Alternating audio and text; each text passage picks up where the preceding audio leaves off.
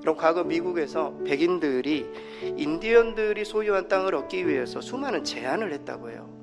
여기에 저기 살고 있지만 이곳으로 옮기게 되면 더 넓은 지구를 주겠다, 더 넓은 땅을 주겠다. 근데 인디언들이 그게 무슨 소용이 있겠습니까? 사실 인디언들은 그냥 자연과 함께 더불어 살고 있는데, 이 이야기를 들은 인디언 추장 한 사람이 이렇게 말했다고 해요. 그대들은 어떻게 저 하늘이나 땅의 온기를 사고 팔 수가 있는가? 공기의 신선함과 반짝이는 물을 우리가 소유하고 있지도 않는데 어떻게 그것을 당신들에게 팔라고 말하는가? 우리에게 이 땅의 모든 부분은 거룩하다. 우리는 땅의 한 부분이고 땅은 우리의 한 부분이다. 향기로운 꽃은 우리의 자매이다.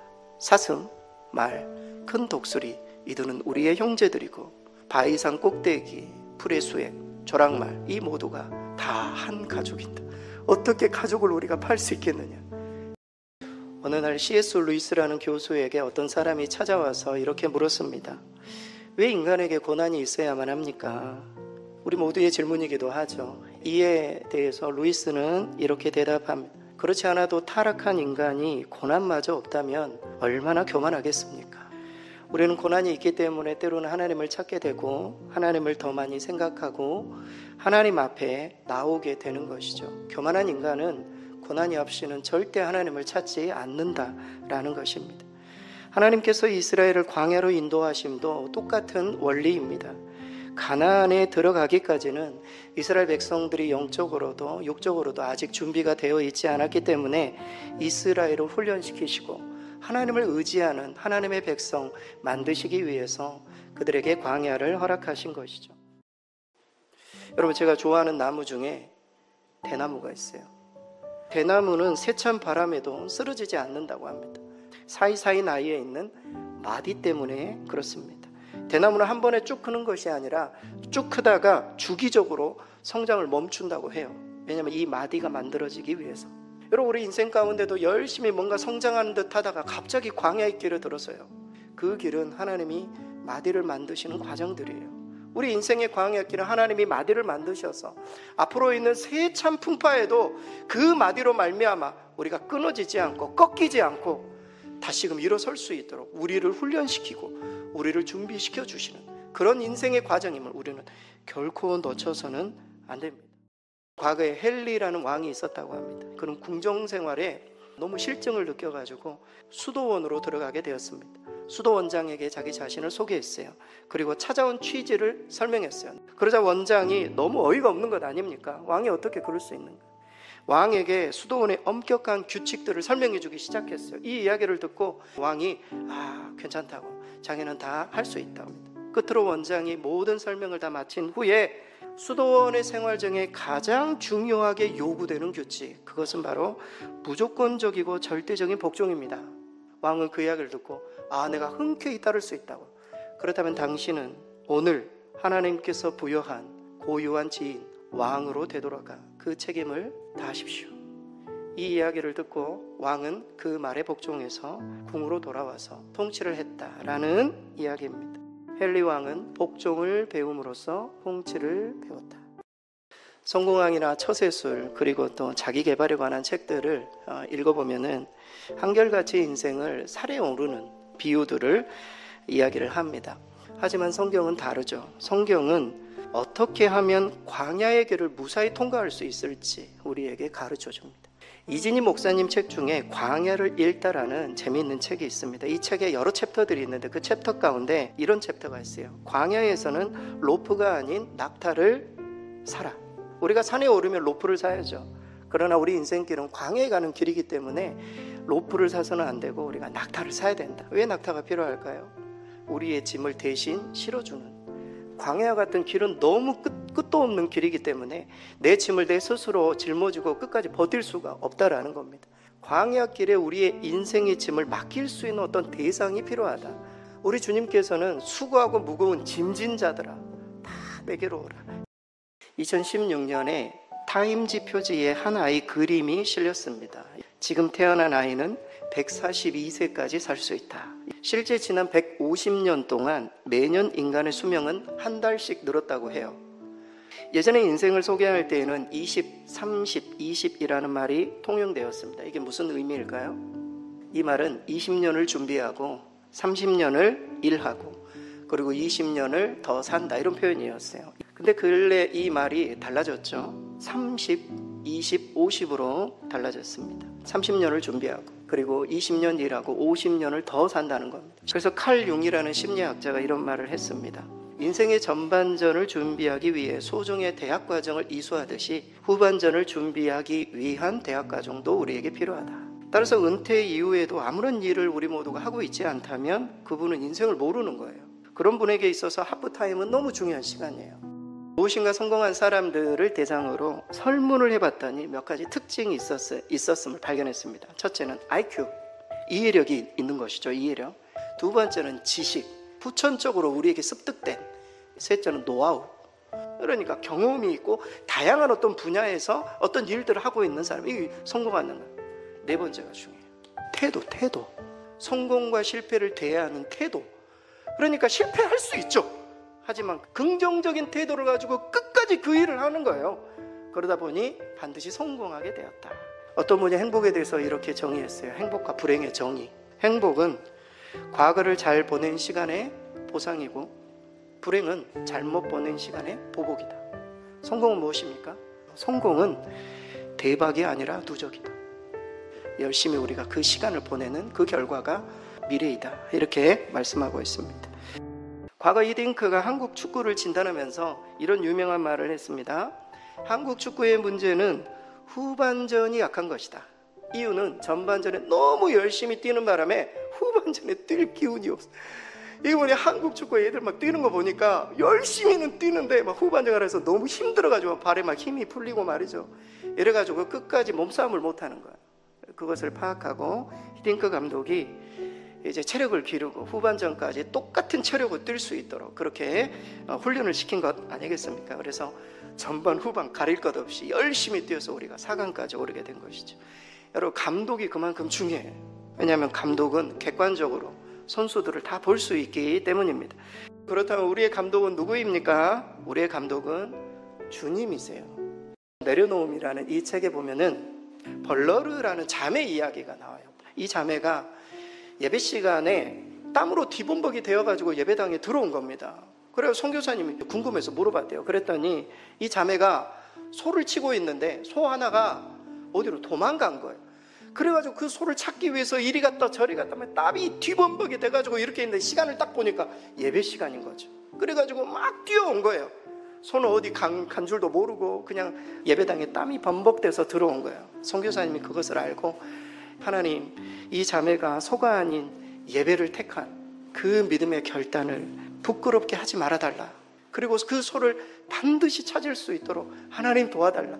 예배가 다 끝났어요. 예배가 다 끝났는데 예배당 밖에서 소 한 마리가 울고 있더래요.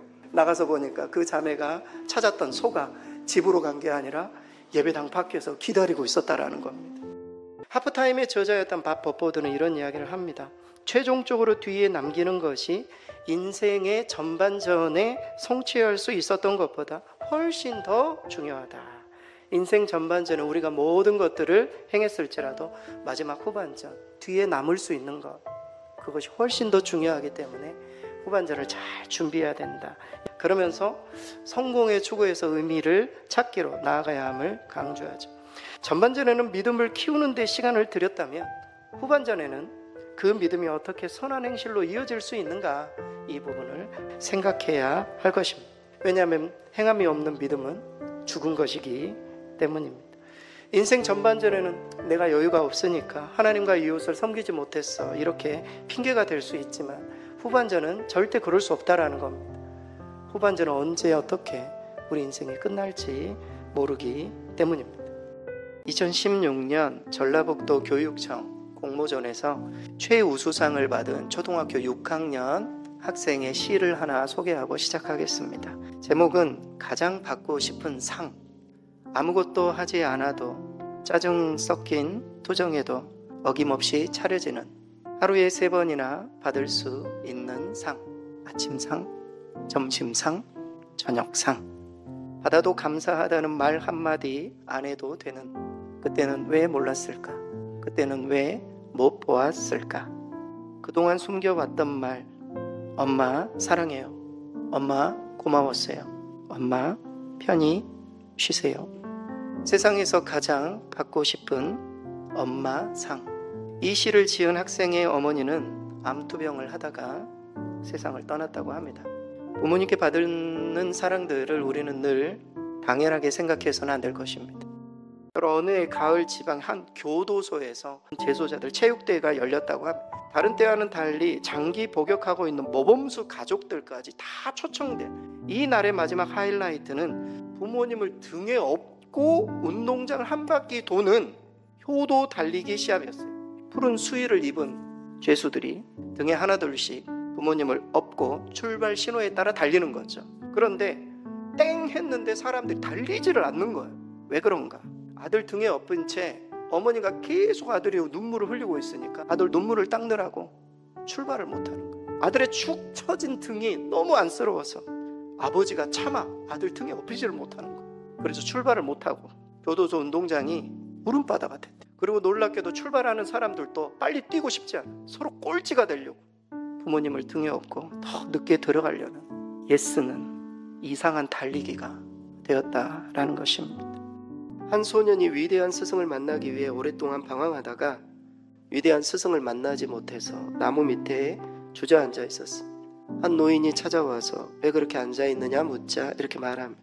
저는 위대한 스승을 찾아 먼 곳을 오랫동안 헤매었습니다. 노인이 어이가 없어서 이렇게 말합니다. 네가 찾는 위대한 스승이 어디 있는지 내가 가르쳐주마. 지금 너는 곧장 집으로 돌아가라.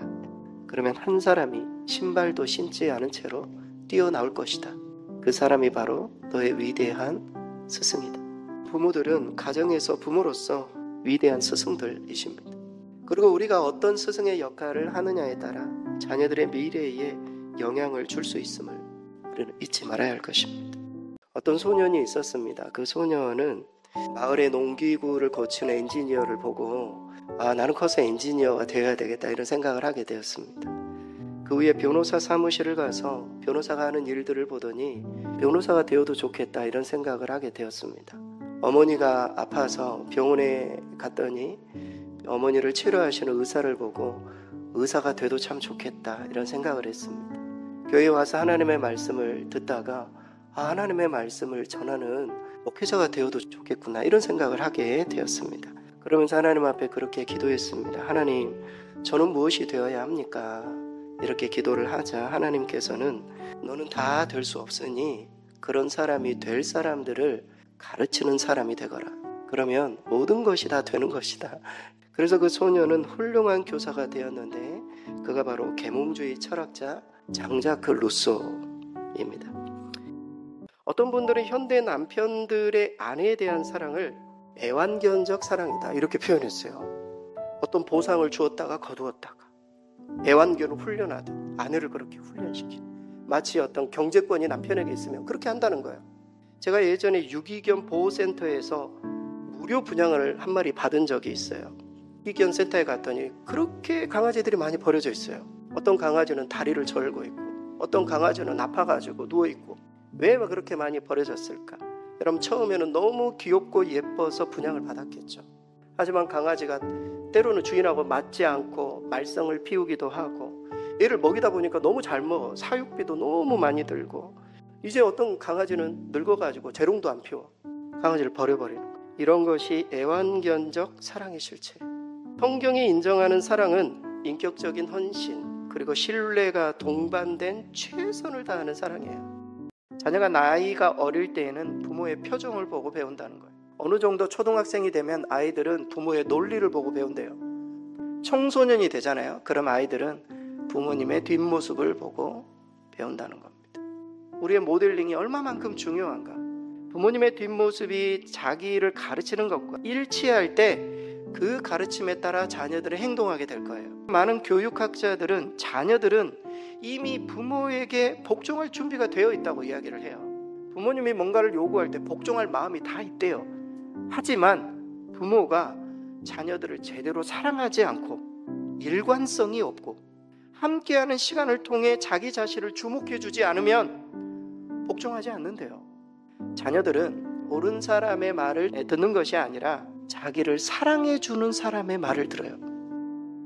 어느 가정에 한 자녀가 엄마의 핸드폰을 보다가 연락처 목록에 아빠 번호를 축약형으로 시읍, 비읍, 니은 이렇게 축약해서 입력해 놓은 것을 보게 되었습니다.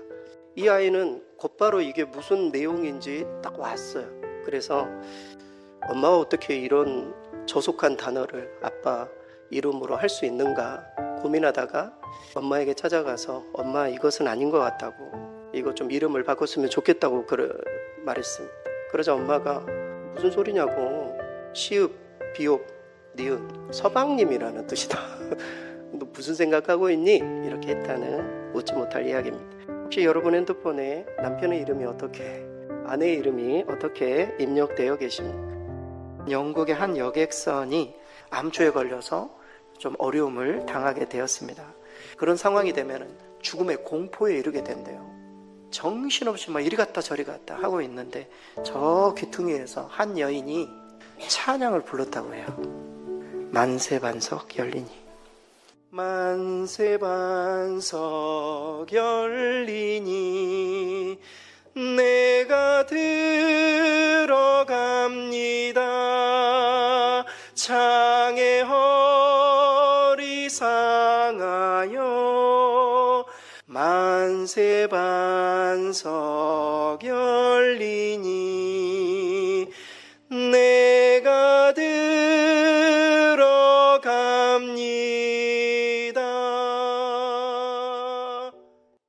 주변에 있는 사람들이 함께 이 찬양을 부르며 죽음을 맞이했다고 합니다.